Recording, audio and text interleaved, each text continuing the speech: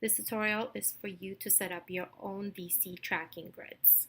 I'm going to do an example for ER, and then guys are going to access your own tracking grid that's already saved in your folder on the drive under 2014 BDC tracking grid.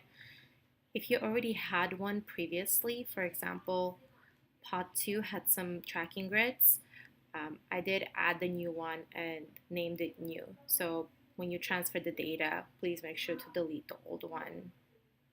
You just simply check it off and hit remove. So I'm going to do this example on PXA. I'm going to go ahead and access Tally first.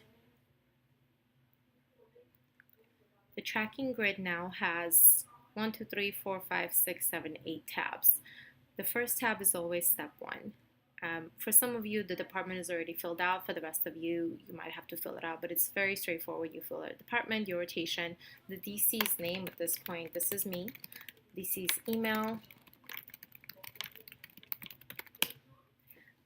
The rest of the information is again filled out. The first date of the month 1, first day of month 2, first day of month 3. Another thing you do need to fill out is your available shift times. So for PXA, we have 6:45 to 11 a.m., we have 10:45 to 3 p.m., and we have 2:45 to 7 p.m. We have one shift available, one slot available per shift. Some of you have 2, some of you have 1, 2, 3, and for some of you, weekends are closed. So let's say if I was clinic, my Saturday shifts will be closed, so you would not make those available. In the case of PXA, it is available. If you continue scrolling on the left, there's key points to remember when filling out this tracking grid. You always go from left to right when starting your tracking grid the first time. Do not copy or paste anything. Always type what you need. This is very important, and I will show you some exceptions on when you can copy and paste. If an intern missed a shift for a certain week, you need to put 0 on a CC and red shirt tab. You guys already know about these tabs.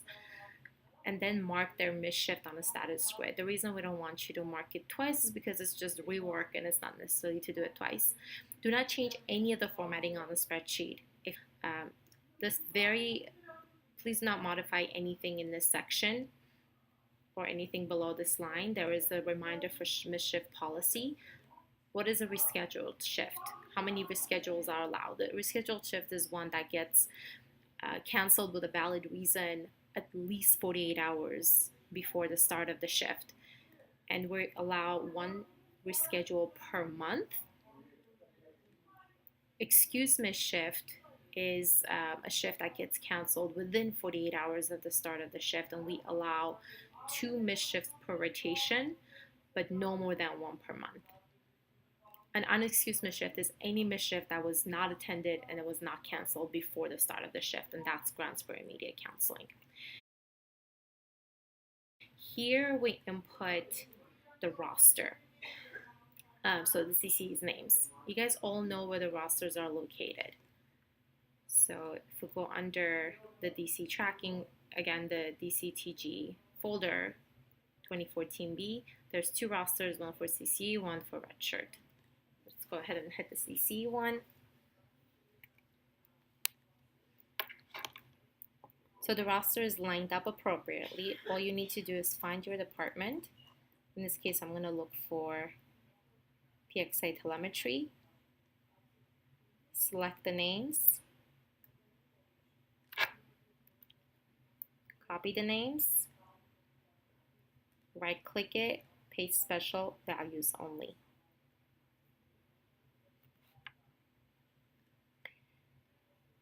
For this rotation, don't worry about the UID. Next thing we do is we'll go around the list and go down the list and make sure we mark how many shifts are required for this person to complete for this rotation. Most of them are going to be 12. If there's a leadership team member, they will have less requirement for the rotation. In this case, I don't have any leadership team members. To the next tab is the CC tab. As you guys can see, it's already filled out for you. Everything in yellow is information that you do need to complete. You do not want to see any fields in yellow after the end of the rotation. I don't have anyone after row 30. So what I can do is go ahead and select all of those rows, right click and hide them. Never delete any rows, it's very important. So every week I will go in and mark off.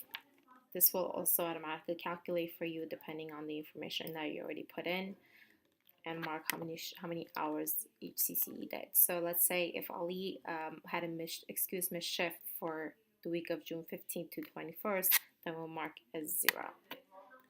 And it will come off as a missed shift, because you do want to see whether they had multiple missed shifts continuously, because that would result in an MIA.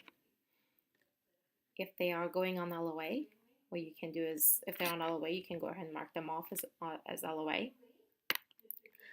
And if you know when they're coming back, this is the part where you can drag.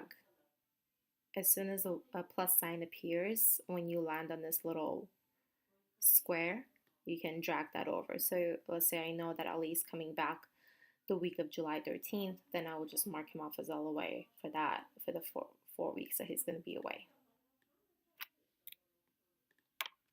There's other options: withdrawn, suspended, dismissed, reassigned, L-team, nurse scholar, shift not scheduled. This will apply mainly for those smaller little weeks that only have 1 day or 2 days.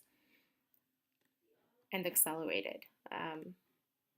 Kiara Fair is accelerated intern. She will have shifts throughout, but for some of your departments, accelerated interns will have shifts only for one of the months. So you'd mark them as accelerated for the rest of the months. So let's say I was one of the clinics, then I would mark this person's accelerated. You can drag that over, and I know she's going to be on my floor in August. This is when the shifts will start, and she'll probably have 12 hours a week or so. That's pretty clear. We do not want to see any yellow cells up until the week that you have this tracking grid completed. Red shirts works the same exact way. I don't have any red shirts in PXA, so what I'm going to do is I'm going to right click the red shirt tab, and I'm going to hide this because I don't need that information. Status grid. This is where I want you to pay really close attention. Some things have changed. There's a column for DST status, one for competency checklist date. This is very self-explanatory. We do not care about dates. We just want to make sure that everybody gets trained in some form or shape. And then you will put a competency checklist date down. And this is also helpful for when we're entering comp checklist data into SQL. Next one will show if this person is a CC or red shirt, and then the next column will show how many hours they have. We already entered 8 hours for Ali, so it will reflect on your status grid. The next few sections are for rescheduled, EMSs, which are shifts, and UMSs. What do those mean?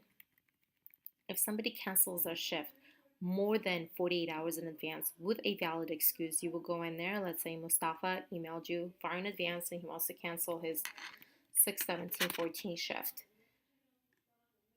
This is where you would also state which shift he's canceling by choosing from the drop-down menu. The third item that's been added is which slot he's canceling. Let me show you what slots are. So on every calendar now, people are not going to only be scheduling a date and a shift, but they're also going to be scheduling for a slot. This is slot 1, 2, and 3. For PXA, there's only one slot because there's only one person that can schedule every shift.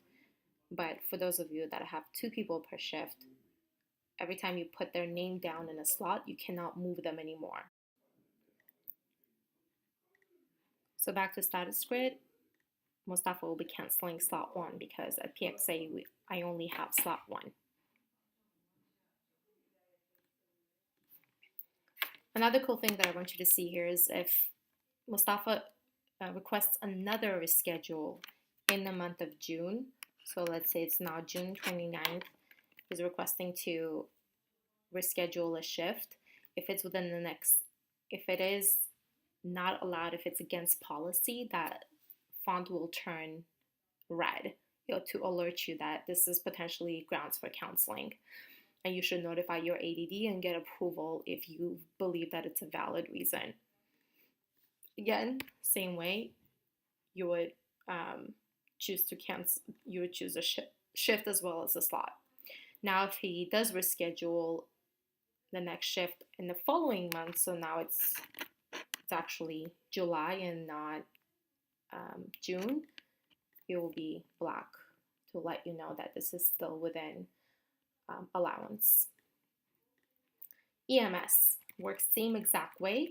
It's very important that you accurately track all the reschedules, the EMSs and UMSs, because they know what their limits are, and the policies are also going to be displayed on the calendar. But it is up to you to track it.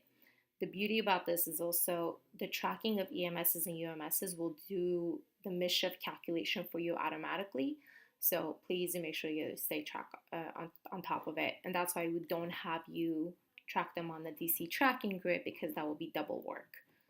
Just make sure you track it on the status grid. Same way, if they request an EMS within the same month, let's say Anna requested an EMS July 15th and then requests another one on July 20th, it will turn red because this is not allowed. This is the shift that they're canceling. The shift that they're adding should add on the calendar. So it doesn't matter what they're adding. They're supposed to be adding something. But you're not tracking it. You're not adding a note to indicate which shift they added. You're just simply adding their name on the calendar for the shift that they requested to add. This is the shift that they're actually canceling. UMS and UMS is grounds for canceling, so anything you put on here will turn red.